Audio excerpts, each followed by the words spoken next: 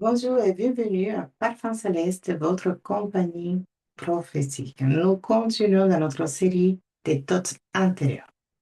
Et je souhaite tout de suite vous amener à la lecture de la parole en Éphésiens, chapitre 4, à partir du verset 17 jusqu'au 24. Voici donc ce que je dis et ce que j'atteste dans le Seigneur.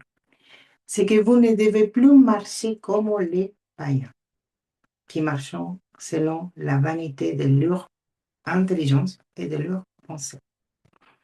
Ils ont la pensée obscurcie. Ils sont étrangers à la vie de Dieu à cause de l'ignorance qui est en eux, de l'endurcissement de leur cœur. Ils ont perdu tout sens moral. Ils se sont livrés au dérèglement pour commettre toute espèce d'impureté jointe à la cupidité. Mais vous, ce n'est pas ainsi que vous avez appris à connaître le Christ. Si du moins vous avez entendu parler de lui, et si vous avez été instruit en lui conformément à la vérité qui est en Jésus, c'est-à-dire vous dépouillez à cause de votre conduite passée, de la vieille nature qui se corrompt par les convoitises trompeuses. Être renouvelé par l'esprit dans votre intelligence et revêtir la nature nouvelle, créée selon Dieu dans une justice et une sainteté qui produit la vérité. Nous parlons de renouvellement. Comment renouveler nos pensées? Comment amener notre pensée captive à l'obéissance de Christ? Et je trouvais justement en Éphésiens 4 une exposition d'une situation que même si ce n'est pas justement la même que vous êtes en train de traverser, mais que ça peut nous aider à mieux comprendre comment renouveler nos pensées, à repérer surtout des points importants, à prendre en considération au moment que vous serez à être en introspection dans votre intérieur. Oui, parce qu'il y a une partie que vous devrez faire, que je vous conseille vivement. Et c'est de prendre un temps à part. Vous choisissez le temps que vous voulez. Et amenez à quoi écrire aussi, s'il est faut. Ça dépend si vous êtes peut-être trop chargé, que vous n'avez pas du tout l'intention de garder en mémoire certaines choses, vous préférez noter. Si vous êtes comme moi, que j'aime bien écrire pour témoigner après, dire voici, quand je suis rentrée à la chambre secrète, c'est que j'ai demandé voici la réponse. J'aime beaucoup, beaucoup, beaucoup témoigner de la puissance et de l'amour de notre Seigneur Jésus-Christ, surtout sa fidélité. Comment vous souhaitez? Moi, je conseille d'amener de quoi écrire, mais vous êtes libre de le faire comme vous voulez. Qu'est-ce que vous allez faire? Je vais, avant de continuer, justement, je fais, heureusement qu'il n'y a pas un programme et que nous ne sommes pas fermés, ni non plus radicaux. Nous sommes libres en Christ. Alors, nous faisons exactement comme l'Esprit nous conduit. Alors, nous allons reprendre justement la lecture, mais je souhaite, avant d'oublier cette partie-là, parce que je voulais vous donner ce conseil, et on reprend la lecture d'Éphésiens 4. Vous prenez le psaume 119.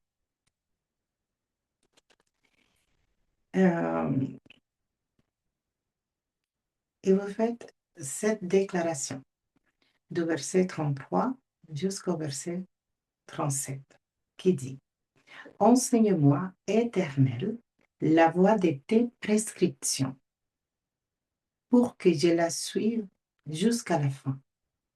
Donne-moi l'intelligence pour que je garde ta loi et que je la respecte de tout mon cœur. Conduis-moi dans les sentiers de tes commandements, car je l'aime. Pousse mon cœur vers tes instructions et non vers les profits. Détourne mes yeux de ce qui est sans valeur. Fais-moi vivre dans ta voie. Vous pouvez continuer si vous le souhaitez, mais mon conseil, c'est structurer avec les versets qui sont lus concernant cette Somme 119. Et je parle bien du verset 33 jusqu'au verset 37.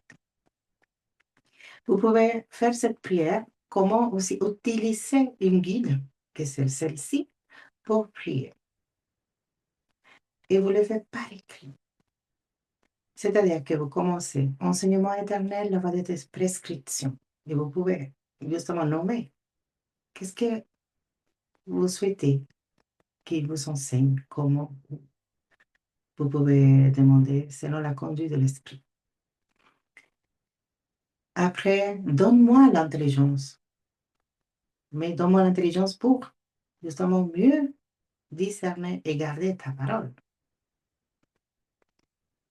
Et continue, conduis-moi dans les sentiers de tes commandements. Pousse mon cœur vers tes instructions. Tout cela, ça va vous aider. Vous écrivez justement cette prière selon la conduite de l'esprit. Et également, vous serez à demander à l'esprit d'aller sonder vos cœurs, creuser les cœurs.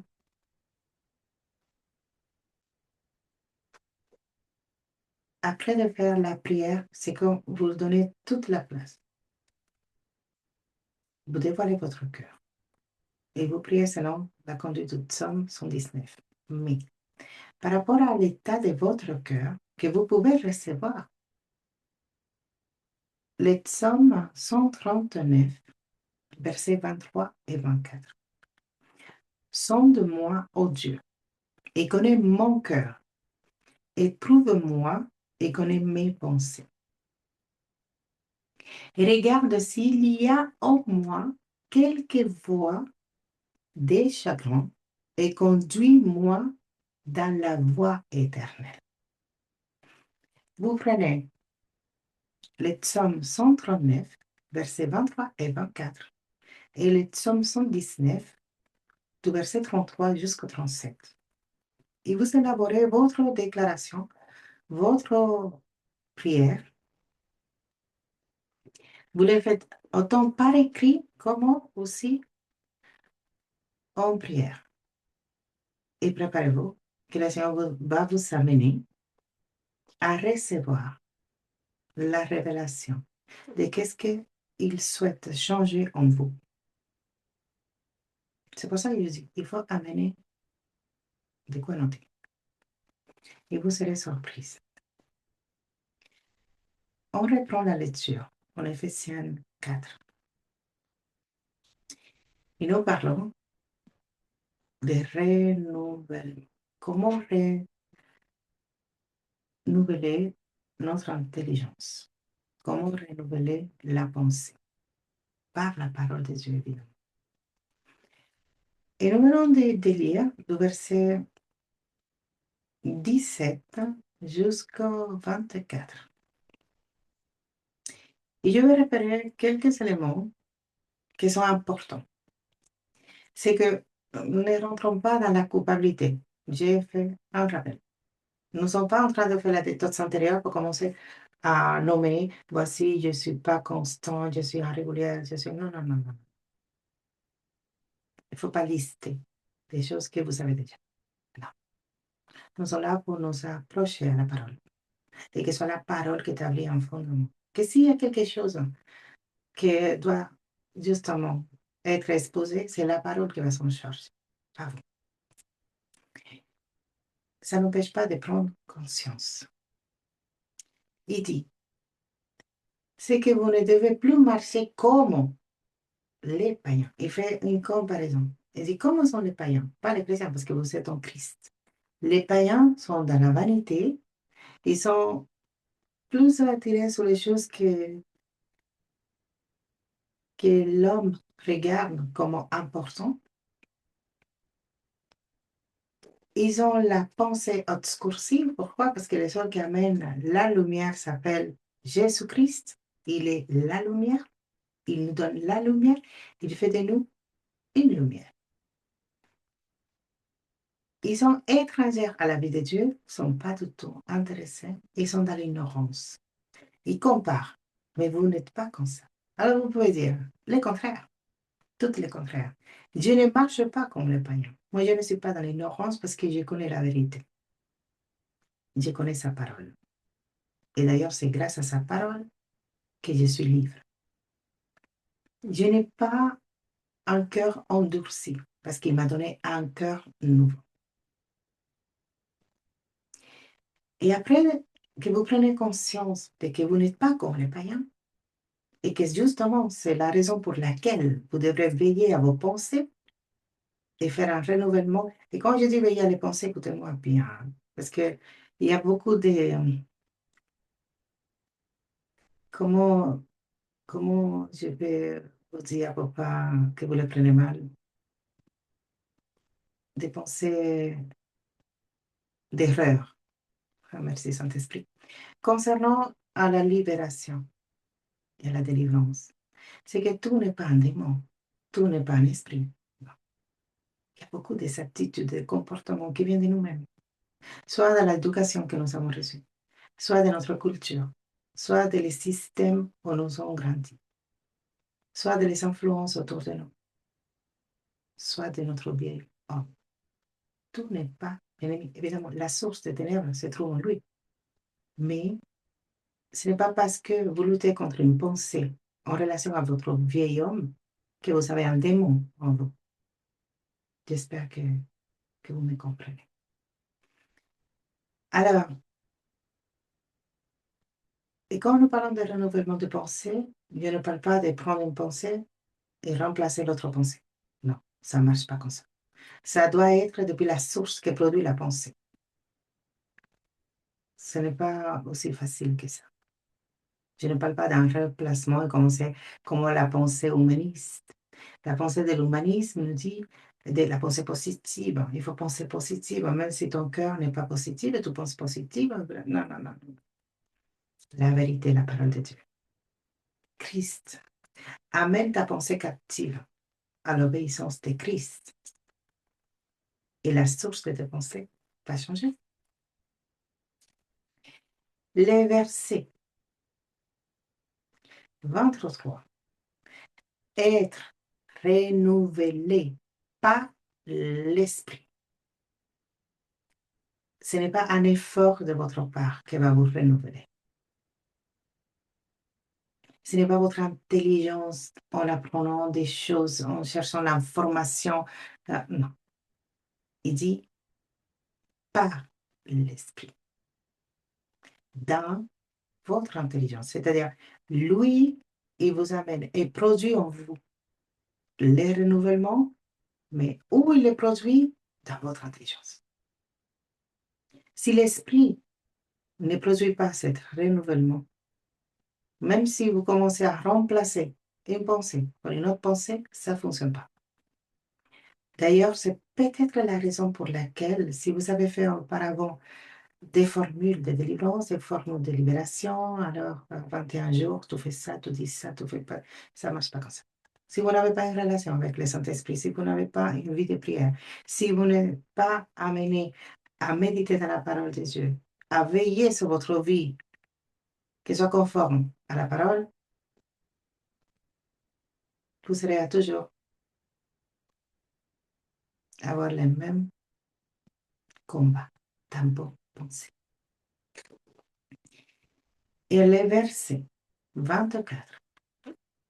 Une fois que l'esprit produit en vous cet renouvellement dans l'intelligence, ça veut dire dans vos manières de penser, votre système de pensée doit être remplacé. Si je change la manière que je pense, mais le système qui produit mon pensée est le même, ça va devenir des pensées positives. Et revêtir la nature nouvelle créée selon Dieu. Ça veut dire que la seule nature qui doit gouverner ma vie, c'est l'image de notre Seigneur Jésus-Christ. Il nous a créés à son image, à l'image de son Fils. Dans une justice, une sainteté qui produit la vérité. C'est pour ça que nous devons nous accrocher plus que jamais. Et d'ailleurs, tout le temps. Ce n'est pas parce que nous avons un besoin de nous en occuper de notre être intérieur, qui est important, que nous sommes en train de nous accrocher à la parole. Non, non, non. La parole est la seule qui peut nous amener à la vie éternelle, à nous sanctifier. Il dit, une vie selon Dieu, dans une justice et une sainteté. Notre Seigneur Jésus-Christ a dit dans sa prière, dans cet enseignement qu'il a fait à partir de Jean 15, 16 et 17, il dit, je les ai donnés et je les ai enseigné ta parole. Et ta parole les a sanctifiés. La parole sanctifie. Plus je puisse m'approcher avec un cœur sincère, assoiffé de connaître la parole de Dieu, plus la parole va me sanctifier. Nous allons lire également pourquoi parfois ces renouvellements ne se produisent pas comme devraient. En Romains 8, verset 6 jusqu'au verset 8, nous lisons. Quand quelqu'un suit ses désirs humains, il va vers la mort. Quand quelqu'un suit l'Esprit Saint, il va vers la vie, vers la paix. Oui, les désirs humains sont ennemis de Dieu. Il y a des autres versions qui disent la pensée du monde est inimitié. Là, il dit les désirs humains sont ennemis de Dieu. C'est le même sens. Ils n'obéissent pas à la loi de Dieu. Pour eux, c'est même impossible. Et ceux qui suivent ces désirs ne pouvons pas plaire à Dieu. Pourquoi nous avons des difficultés parfois? Parce que nous sommes des êtres humains et nous habitons dans ce monde et nous luttons contre notre chair. Et cette chair est justement en nous. Alors oui, parfois, nous pouvons rester dans cet renouvellement optimal et parfois ça suffit de nous incliner un peu vers les désirs. La pensée commence à avoir une interférence. C'est pour ça que nous devons veiller la pensée. Il nous dit bien clair. Si quelqu'un suit ses désirs humains, il va vers la mort. Bien évidemment, la mort spirituelle. Quand quelqu'un suit l'Esprit Saint, va vers la vie. Le plus inquiétant, c'est que quand nous nous laissons guider par ces désirs humains, qu'un désir humain n'est pas forcément un péché, hein, ça suffit qu'il ne soit pas la volonté du Seigneur. Je vous dis, ce n'est pas tout ce que nous pensons qui représente une menace en parlant des mauvais esprits, des démons, mais la menace la plus grande que nous pouvons faire face, c'est si un désir déguisé et justifié des besoins, soit intellectuels, professionnels, familiales, personnels, nous éloigne de la volonté de Dieu et nous amène même à nous écarter de son plan. Vous voyez? C'est tellement subtil. Désir humain, il y a tellement.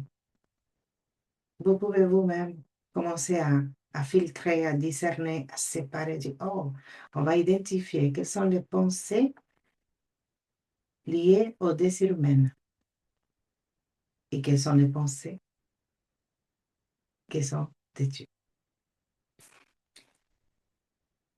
La pensée qui est gouvernée par les désirs humains est une pensée charnelle, tout simplement.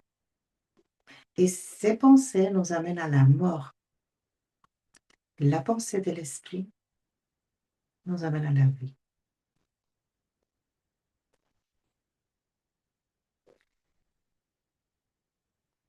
Dans le même chapitre de Romains 8, mais c'est facile, les versets 1 et 2 nous dit maintenant, ceux qui sont unis au Christ Jésus ne pourront plus être condamnés.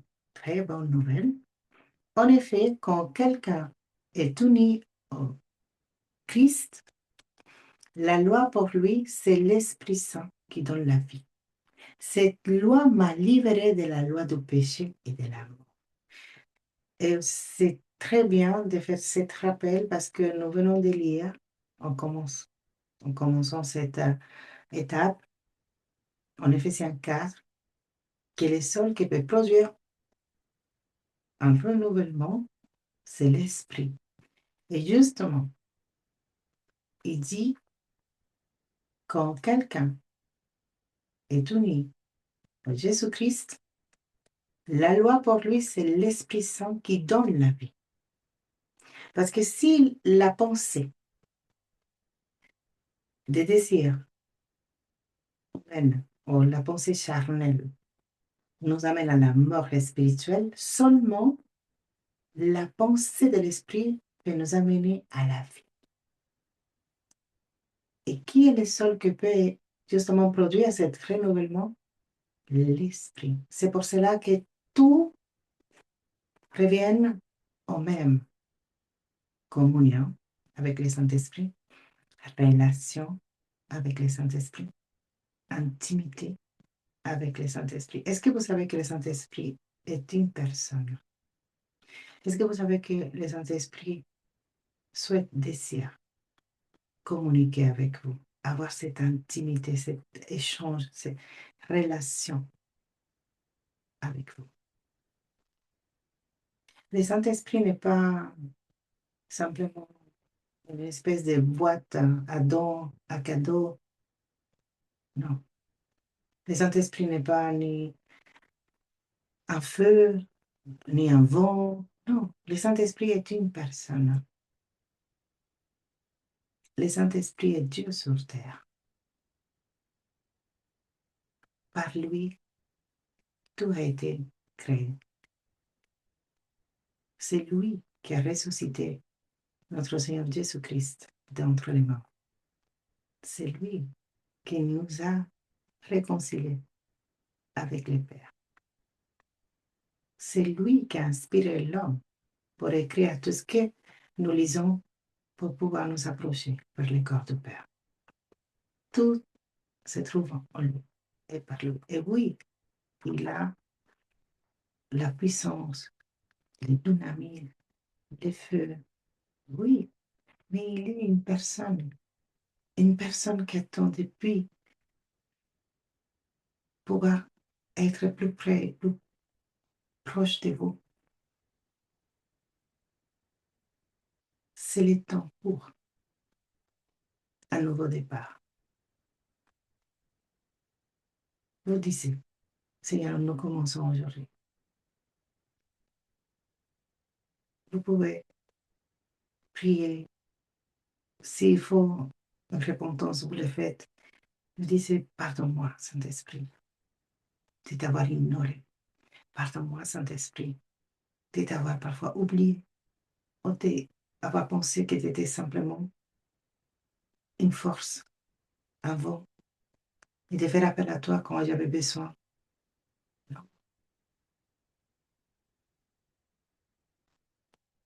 c'est par lui seulement que vous pouvez avoir un renouvellement de vos pensées. C'est en lui seulement que vous pouvez avoir la liberté et la vie. Nous continuons.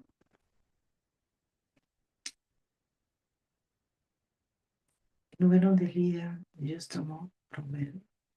Je vous conseille de lire Romains, le chapitre 8 entièrement.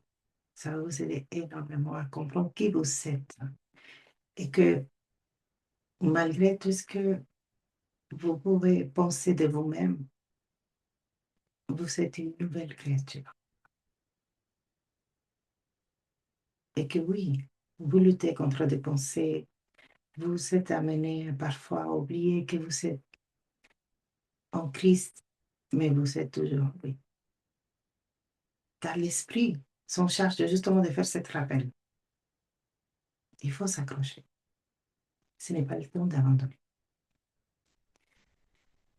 Et justement,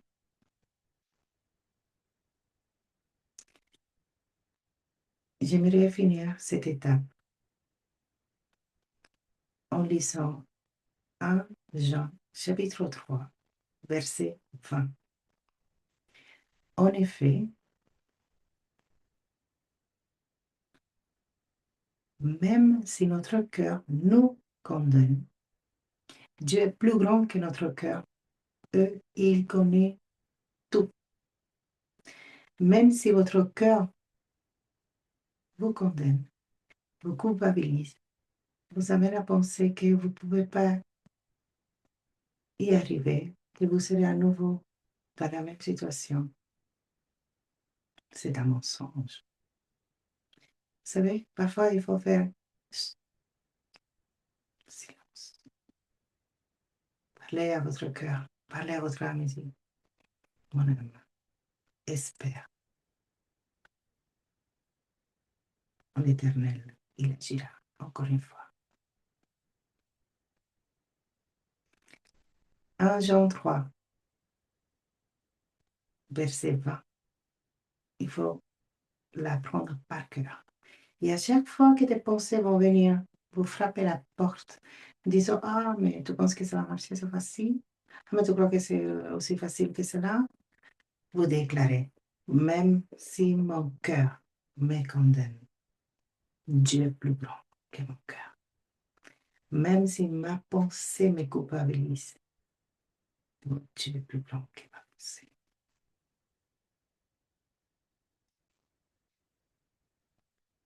Je crois que c'est important de faire des déclarations. Je vais vous rappeler que dès que vous aurez un temps, vous prenez les versets que je vous ai donnés par rapport au psaume 119 et 139. Le psaume 19 était à partir du verset 33 jusqu'au verset 37 et le psaume 19, si je ne me trompe pas, c'était les derniers versets, les deux derniers versets, le verset 23 et 24. Et dès que vous aurez un temps, il faut rentrer dans la chambre secrète afin que le Seigneur puisse vous conduire dans, dans l'intimité, dans une communion avec le Saint-Esprit. Pas pour aller faire un bilan, pas pour faire une liste des choses qui ne vont pas, non, non. Pour faire une alliance, une nouvelle alliance, pour dire au Seigneur, on fait une nouvelle alliance. J'ai besoin de m'accrocher à ta parole. J'ai besoin de changer la manière que je pense. Parce que tout cela, pourquoi on le fait? Nous ne faisons pas cela pour devenir ultra méga spirituel. Pas besoin de ça pour être spirituel. Nous sommes des spirituels. L'esprit lui-même, du moment qu'il nous a réconciliés, nous sommes devenus des femmes de l'esprit. Non, nous avons besoin d'aller dans l'approfondissement de la parole de Dieu. Nous vivons des temps difficiles et les temps vont continuer. Mais malgré ces temps difficiles qui sont en train de s'annoncer depuis des années, parce que c'est des paroles qui doivent s'accomplir, ce n'est pas parce qu'il y a un temps difficile que le plan du Seigneur ne va pas s'accomplir. Alors nous devons accomplir le plan qu'il a établi pour nous, malgré les temps difficiles. Et comment pouvons-nous faire au milieu de tous ces rumeurs, des guerres, tous ces problèmes, toute cette atmosphère, mais une atmosphère oppression, pression pure. Je n'ai pas un autre mot. La parole. La parole de Dieu va nous affermir, la parole de Dieu va nous conduire, la parole de Dieu va établir justement le fondement, la parole de Dieu va nous donner les clés que nous avons besoin pour faire avancer le royaume de Dieu. La parole de Dieu. Nous avons besoin de renouveler l'intelligence, de renouveler nos pensées pour accueillir la pensée de Dieu. Et qu'est-ce que c'est la pensée de Dieu? Sa parole. Ce n'est pas simplement passer du temps dans la parole, c'est que cette parole devient même en nous plus vivante que jamais. Il dit dans sa parole qu'il nous a donné un cœur nouveau et que dans ce cœur, il a gravé les lois et les commandements. Ces lois et ces commandements vont justement se positionner au centre de notre vie. Et de où vient la pensée? La source de pensée vient du cœur. Et où est gravée la parole dans notre cœur? Alors, si notre cœur est entièrement libéré, qu'est-ce que pensez-vous qui va se produire? La pensée de l'Éternel va devenir. Mais une seule pensée avec la nôtre. Un alignement va se produire grâce à la parole de Dieu. Mais la parole de Dieu, pas tout seul, depuis une position d'information intellectuelle. Non, non, non. La parole sans l'esprit ne sert à rien. Il reste une parole, mais une parole vivante est plus efficace qu'une épée à deux tranches. C'est si cette parole est conduite et dirigée par l'Esprit de Dieu.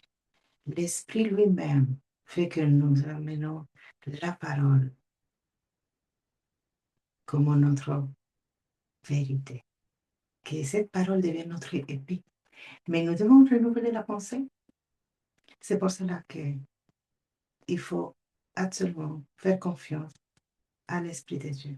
C'est approcher, avoir cette intimité, cette relation avec lui, plus que jamais. Prenez un temps. Et vous pouvez même déclarer un nouveau départ. Je commence une nouvelle relation avec le Saint-Esprit, où je serai plus proche de lui, plus d'intimité, plus de communion. Je vais toujours revenir. Plus d'intimité, plus de communion. Le Saint-Esprit est le seul qui peut produire un renouvellement dans votre intelligence. Soyez bénis et encouragés.